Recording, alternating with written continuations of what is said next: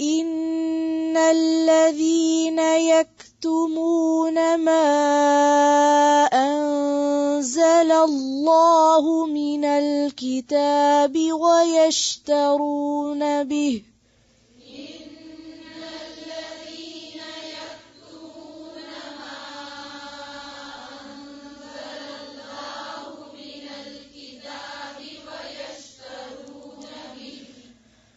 إن الذين يكتمون ما أنزل الله من الكتاب ويشترون به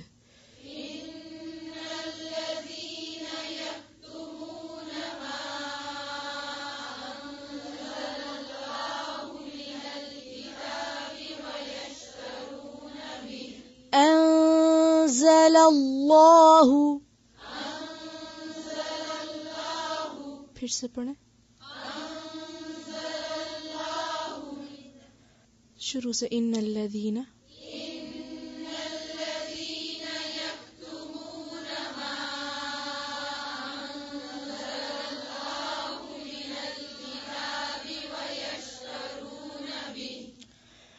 وَيَشْتَرُونَ بِهِ ثَمَنًا قَلِيلًا أُولَئِكَ مَا يَأْكُلُونَ فِي بُطُونِهِمْ إِلَّا النَّارَ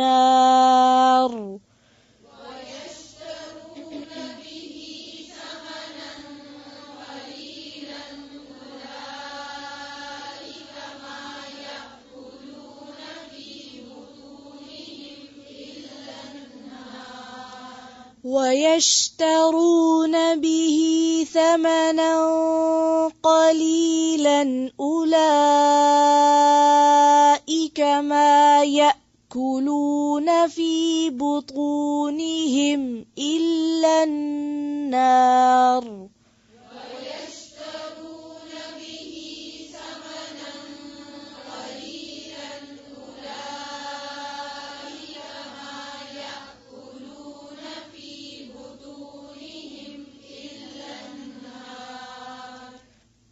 وَلَا يُكَلِّمُهُمُ اللَّهُ يَوْمَ الْقِيَامَةِ وَلَا يُزَكِّيهِمْ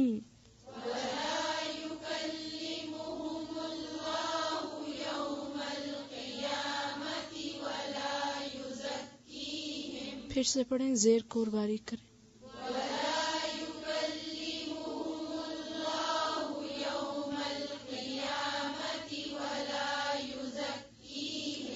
وَلَا يُكَلِّمُهُمُ اللَّهُ يَوْمَ الْقِيَامَةِ وَلَا يُزَكِّيهِمْ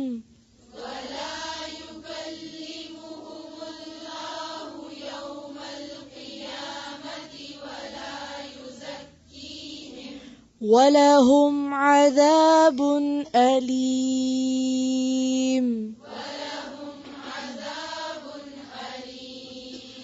وَلَهُمْ عَذَابٌ أَلِيمٌ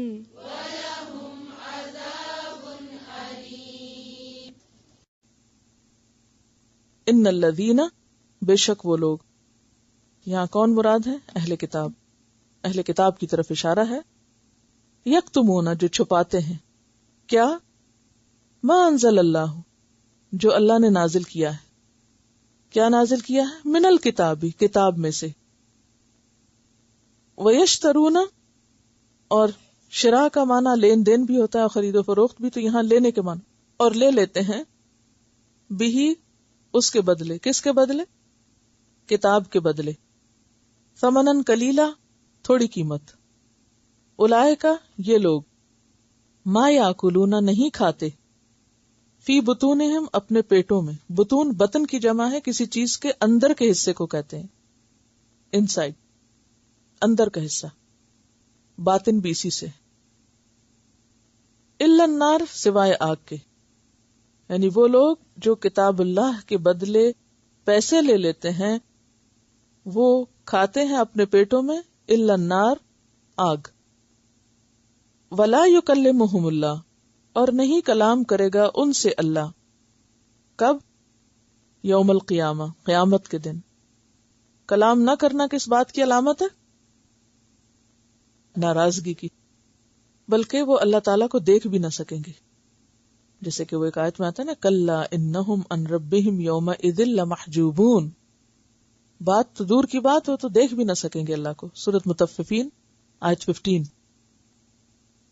ولا یزکیہم، اور نہ وہ انہیں پاک کرے گا. یزکی کا روٹ کیا ہوتا ہے؟ زکاف واو. زکات بھی اسی سے ہے.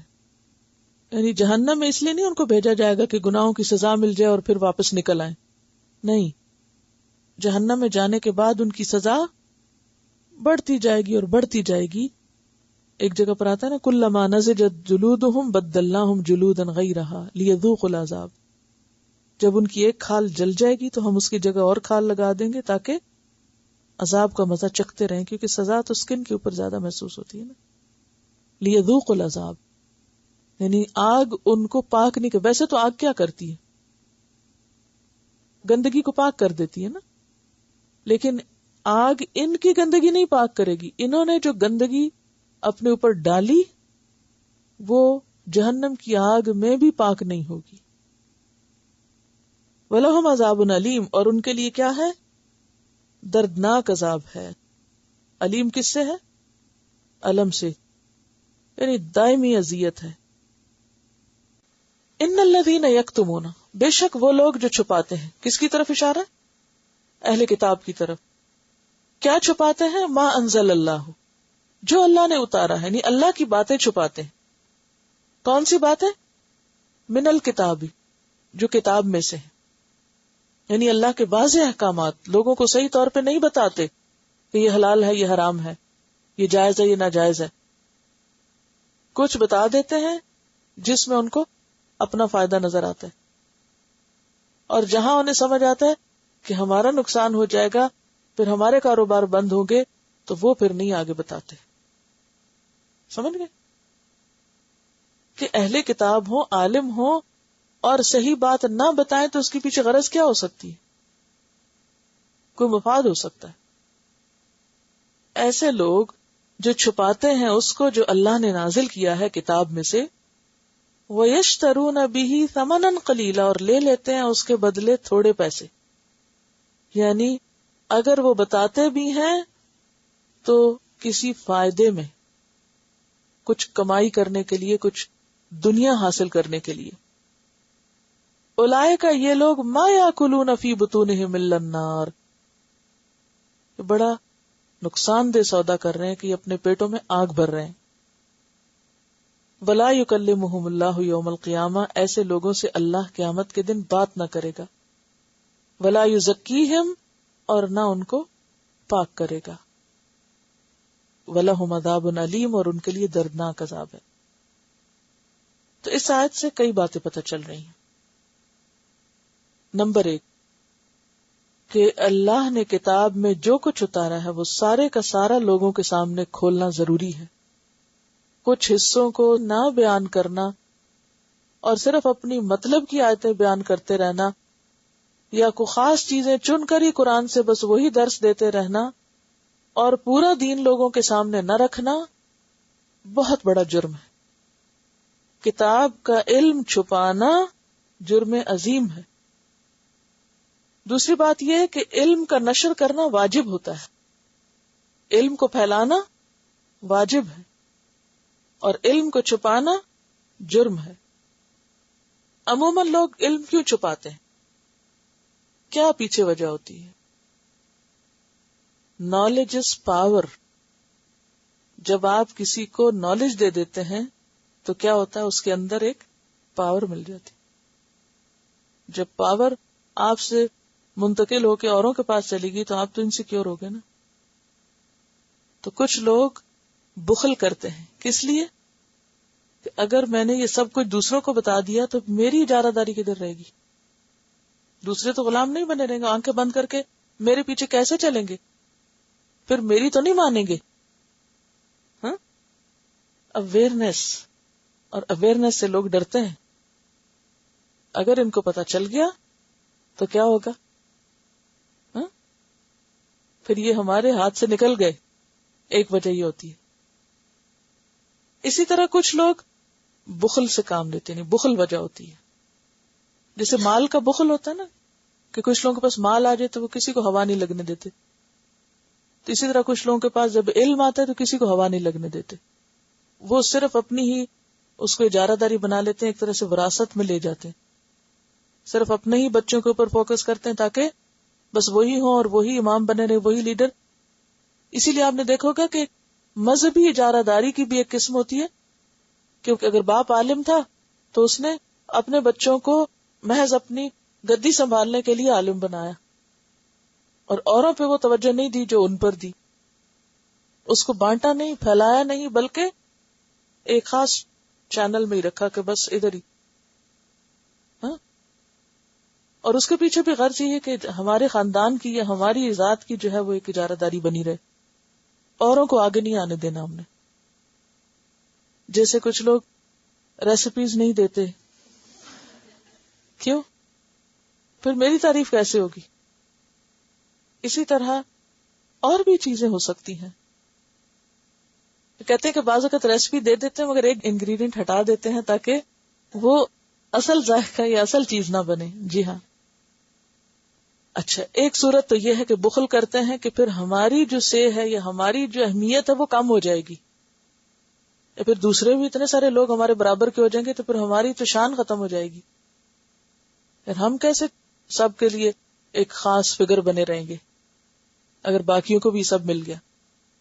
ایک وجہ یہ. دوسری وجہ یہ ہے, یعنی دوسری قسم کتمان علم کی, علم چھپانے کی, یعنی پہلی قسم کیا ہے یا پہلی وجہ کیا ہے؟ بخل. اور دوسری وجہ کیا ہے کہ اگر کوئی بیان کرے تو صرف اس وقت جب اس کو اس پر کوئی مال ملے, مال اور دنیا کے فائدے کی خاطر تو تیار ہو جائے, اور اگر مال نہ ملے پھر نہ وہ کام کرے.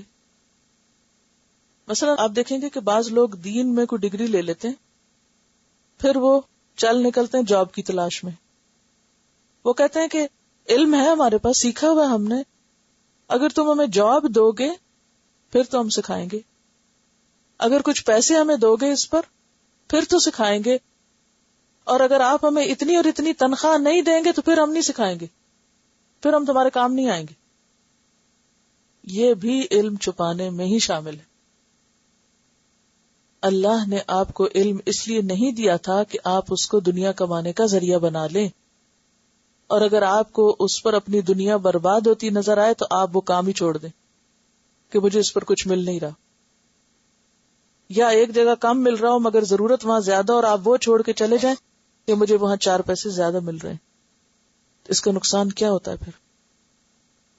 جب علم والے ایسی, جیسے کہتے ہیں پنجابی میں, ہوچی حرکتیں کریں یا ایسی گھٹیا حرکتیں کریں کہ وہ دنیا کی خاطر اپنی ذمہ داریاں بھول جائیں اور کام نہ کریں جو انہیں کرنا چاہیے, یا جہاں سے مال ملے وہاں تو وہ پوری محنت کریں, اور جہاں انہیں کچھ نہ ملے وہاں وہ اللہ واسطے کچھ بھی کرنے کو تیار نہ ہو, تو یہ بھی اسی میں شامل ہے, علم چھپانے میں. کیونکہ علم تو کیا ہے کہ جہاں ضرورت ہو وہاں دو, اس میں یہ تھوڑی دیکھا جائے گا کہ کہاں سے مجھے مال ملے گا اور کہاں سے نہیں ملے گا. تیسری بات, علم دے تو صحیح لیکن دنیاوی اغراض کی خاطر, شہرت کی خاطر, یا لوگوں سے عزت بٹورنے کی خاطر, یا اپنی اہمیت جتانے کی خاطر, یا کوئی منصب اور عہدہ حاصل کرنے کی خاطر, یا پھر کوئی اور فائدہ حاصل کرنے کی خاطر, یعنی دنیاوی اغراض پیچھے ہوں, پھر وہ علم دے. یعنی وہ علم جو کسی غرض سے دیا جاتا ہے, جو کسی خاص پیچھے غرض ہے, کوئی لالچ ہے, کوئی غرض ہے, کوئی خاص فائدہ اٹھانا کسی سے مطلوب ہے, مقصود ہے, ہاں, یہ بھی بیچنے میں ہی آتا ہے, اور یہ بھی علم چھپانے میں ہی آتا ہے. کیونکہ علم پہ تو سب کا حق ہے, جو بھی طلبگار ہے. یعنی اصل اس کی کیا شرط ہے کہ طلبگار ہو. آپ یہ نہیں کر سکتے چونکہ آپ غریب ہیں اس لیے میں آپ کو نہیں پڑھا سکتا, یا آپ فیس نہیں پے کر سکتے. ایسا کرنا غلط ہے. جو طلبگار ہے خواہ وہ فیس پے کر سکتا ہے یا نہیں کر سکتا, کتاب خرید سکتا ہے یا نہیں. اسی وجہ سے ہم دیکھتے ہیں کہ شروع سے ہی دینی تعلیم عموماً کیسے دی گئی ہے؟ فری دی گئی، یعنی اس پر مال یا معاوضہ وصول نہیں کیا گیا تاکہ کوئی بھی محروم نہ رہے، ورنہ تو خلق خدا کی اکثریت جو ہے وہ اپنی محرومیوں کی وجہ سے محروم ہو جائے گی. تو ایسی صورت میں کہیں بھی اگر کسی ضرورت کی وجہ سے، مثلا یہاں پر آپ کی کچھ مخصوص فیس رکھی گئی، اس کی ضرورت کیا تھی؟ ایک بلڈنگ ہے، اس کا رینٹ ہے، کچھ اور ضروریات ہیں یہاں جو اس کے اوپر استعمال ہو رہا ہے، فرنیچر ہے اور چھوٹی چھوٹی بے شمار ضروریات. تو اب ان کو بھی تو کہیں سے پورا کرنا ہے. پہلے زمانے میں تو لوگ اپنے مال کا ایک حصہ وقف کیا کرتے تھے. مال والے ہوتے تھے وہ اپنا فریضہ سمجھتے تھے کہ یہ ہمارے اوپر فرض ہے کہ ہم اپنے مال کو علم کی خدمت میں وقف کریں. اس لیے صحابہ میں سے کوئی ایسا نہیں ملتا جس نے زندگی میں کچھ وقف نہ کیا ہو. چھوٹی موٹی کوئی نہ کوئی چیز وقف کرتے تھے دین کے لیے. اور وقف کیا ہوتا ہے کہ قیامت تک یہ خریدی بیچی نہیں جا سکتی، بس یہ اسی کام کے لیے استعمال ہوگی. لیکن فی زمانہ لوگوں کی چونکہ دلچسپی ختم ہو گئی، ان کے توجہ ساری دنیا کی طرف ہو گئی. اب اللہ واسطے کوئی کام کرنے کو تیار ہی نہیں ہے کہ کوئی کہے کہ ہاں یہ جگہ لے لو، یا کوئی کہے کہ ہاں یہ سب چیز فی سبیل اللہ جو بھی آئے استعمال کرے، یہ سارے قرآن پاک میری طرف سے کیونکہ اللہ نے مجھے مال دیا، یہ سارا طالب علموں کو جو چاہیے یہ میری طرف سے. ٹھیک ہے، الحمدللہ اب بھی ایسے لوگ ہیں، لیکن گنتی میں کتنے مال والے ایسے ہیں کہ جو اپنے مال کا کچھ حصہ دین کے کام میں وقف کریں تاکہ ہر آنے جانے والے پہ خیر عام ہو. وہ چیز نہیں رہی. تو ضرورتاً اگر ضروریات پوری کرنے کے لیے کچھ حصہ رکھ دیا جائے تو بھی اس کو شرط یا لازم نہ کیا جائے. اس میں بھی پھر رخصت رکھی جائے کہ اگر کوئی شخص یہ کہتا ہے کہ میں یہ نہیں دے سکتا تو اسے مجبور نہ کیا جائے، مانگا نہ جائے، پیچھے نہ پڑا جائے. تو یہ دنیاوی فائدوں کی خاطر یا مال کمانے کی خاطر یا کوئی دینی ادارہ اس لیے بنا لے کہ اس سے خوب مال کمائے گا کہ چلو یہ اچھا بزنس بن گیا، تو یہ بھی اسی میں آتا ہے.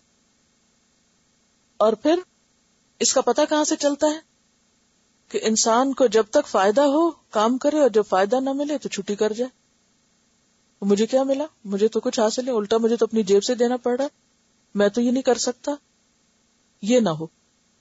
ہاں دوسرا کوئی عذر ہو سکتا ہے، کوئی بیماری عذر ہو سکتا ہے، کوئی مجبوری ہو سکتی، کچھ ہو سکتا ہے، لیکن یہ عذر نہیں کہ انسان کہے مجھے چونکہ پے نہیں مل رہی اس لیے میں کام چھوڑ رہا ہوں، اور فلاں جگہ مجھے پے مل رہی ہے میں جا رہا ہوں.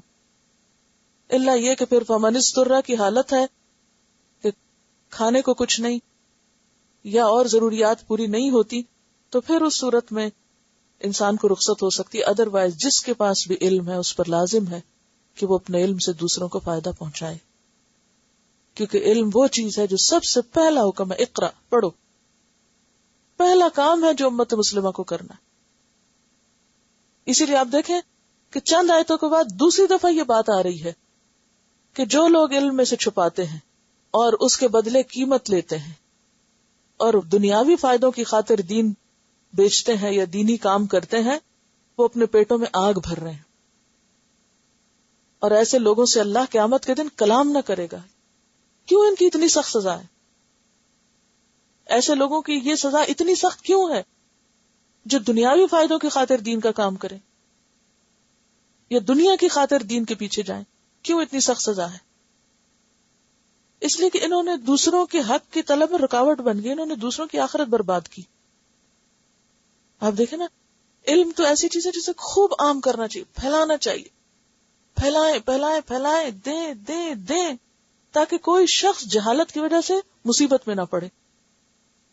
تو یہ لوگ ڈگریاں رکھے ہوئے، علم رکھے ہوئے، بند کر کے بیٹھے ہوئے، کس لیے؟ کہ ہاں لاؤ اس کا بدلہ، لاؤ اس کا معاوضہ، پھر کھولیں گے اس پٹاری کو. تو یہ جرم ہے. اور جن لوگوں کی نیت میں یہ ہو تو وہ نیت بھی درست نہیں ہے. اسی لیے قیامت کے دن ایسے لوگوں پر اللہ اتنا ناراض ہوگا کہ اللہ تعالیٰ ان سے بات نہ کرے گا. کسی کا بات نہ کرنا سب سے پہلی علامت ہوتی ہے ناراضگی کی. جب کوئی آپ سے صحیح طور پہ سلام نہ کرے یا بات نہ کرے تو آپ کیا پوچھتے ہیں اس سے؟ ناراض ہو تم؟ قیامت کے دن اللہ تعالیٰ ایسے لوگوں سے بات بھی نہ کرے گا، کلام بھی نہ کرے گا، حالانکہ وہ بڑے بڑے عالم ہوں گے، بڑے بڑی ڈگریوں والے ہوں گے، اور بڑے بڑے معزز شخصیتیں ہوں گی دنیا کی، لیکن اس سب کے پیچھے مکروہ کاروبار تھا دنیا کٹھی کرنے کا، یا نیت کیا تھی؟ دنیا کے فائدوں کا حصول. تو ایسے لوگوں سے اللہ کلام نہ کرے گا، ولا یزکیہم، انہیں آگ میں پھینکے گا لیکن پاک نہ کرے گا، اور ان کے لیے دردناک عذاب ہے.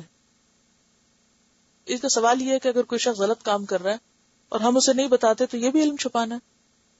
نہیں، یہ علم چھپانا نہیں ہے. اگر آپ یہ جانتے اور آپ کو یقین ہے کہ اس کو پتا ہے کہ یہ کام غلط ہے اور پھر وہ کر رہا ہے تو وہ خود ذمہ دار ہے. اور اگر آپ کو یہ ہے کہ اس کو پتا نہیں ہے اور وہ جہالت میں غلطی کر رہا ہے تو پھر آپ کا فرض ہے کہ آپ اس کو لازمی بتائیں. اور اگر کوئی غفلت کا شکار ہے تو پھر اصل چیز وہ بات بتانا نہیں ہے، اصل چیز پھر کیا ہے؟ غفلت کا علاج. دیکھیں نا، یہاں پر مثلا آپ کا بھائی ہے، مثلا وہ غلط کام کر رہا ہے، آپ کو پتا ہے کہ یہ غلط کر رہا ہے اور آپ اسے بتا بھی چکی ہیں اور اس کو خود بھی پتا ہے کہ وہ غلط ہے اور پھر بھی وہ کر رہا ہے. تو اب آپ کیا کریں گی؟ اب آپ یہ نہیں کریں گی دوبارہ اس کو بتائیں گی، ٹھیک ہے نا؟ دوبارہ بتانے کی بات نہیں ہے، علاج کی بات ہے. اب بجائے اس کے کہ آپ اسے یہ کہیں یہ غلط ہے چھوڑ دو، غلط ہے چھوڑ دو، وہ کہے گا ہاں مجھے پتا ہے غلط ہے میں نہیں چھوڑتا. یہ نہیں ہے اس کا طریقہ. اس کا طریقہ کیا ہے؟ آپ وجہ ڈھونڈیں گی کہ یہ کیوں کر رہا ہے اور اس وجہ کا علاج کریں گے. جب تک دلوں میں خدا کا خوف نہیں، دلوں میں خدا کی عظمت نہیں، خدا کی محبت نہیں، صرف حکم بتا دینے سے بات نہیں بنتی. ٹھیک ہے؟ اب اس میں کیا ہے کہ اصل حکم بتائیں کہ یہ دیکھیں یہ کیا لکھا ہوا نا، یہ بتائیں. ڈائریکٹ یہ نہ کہیں یہ کام کرتے ہو یہ شرک ہے، وہ کرتے ہو وہ شرک ہے، یہ حرام ہے وہ حلال ہے. یہ اس طرح صرف فتوے دیتے رہنے سے یا صرف ججمنٹس پاس کرتے رہنے سے لوگ نہیں مانا کرتے. نمبر 1 تو لوگوں کی بیماری ڈھونڈے کہ ان کی وجہ کیا ہے. نمبر 2 خود کو قابل اعتبار بنائیں کہ لوگ آپ کی بات پہ ٹرسٹ کر سکیں. آپ یقین کریں کہ اگر آپ اس پر کام کریں انشاءاللہ اور اللہ سے مدد مانگیں تو ایک وقت آئے گا کہ سب آج آپ کی مخالفت کر رہے ہیں نا، کل ایک ایک بندہ سارے دکھ آ کے آپ کو سنائے گا. سب کو چھوڑ کے آپ پہ بھروسہ کرنی، آپ مجھے بتائیں جو آپ کہیں گے میں وہ کروں. اور یہ چیز کیسے پیدا ہوتی ہے؟ اس صبر اور انتظار سے، اور اپنے آپ پر کرنے سے، انٹروورٹ یعنی اپنے اوپر کام کرنے سے کہ مجھے کس وقت میں کیا کرنا ہے، حکمت سے.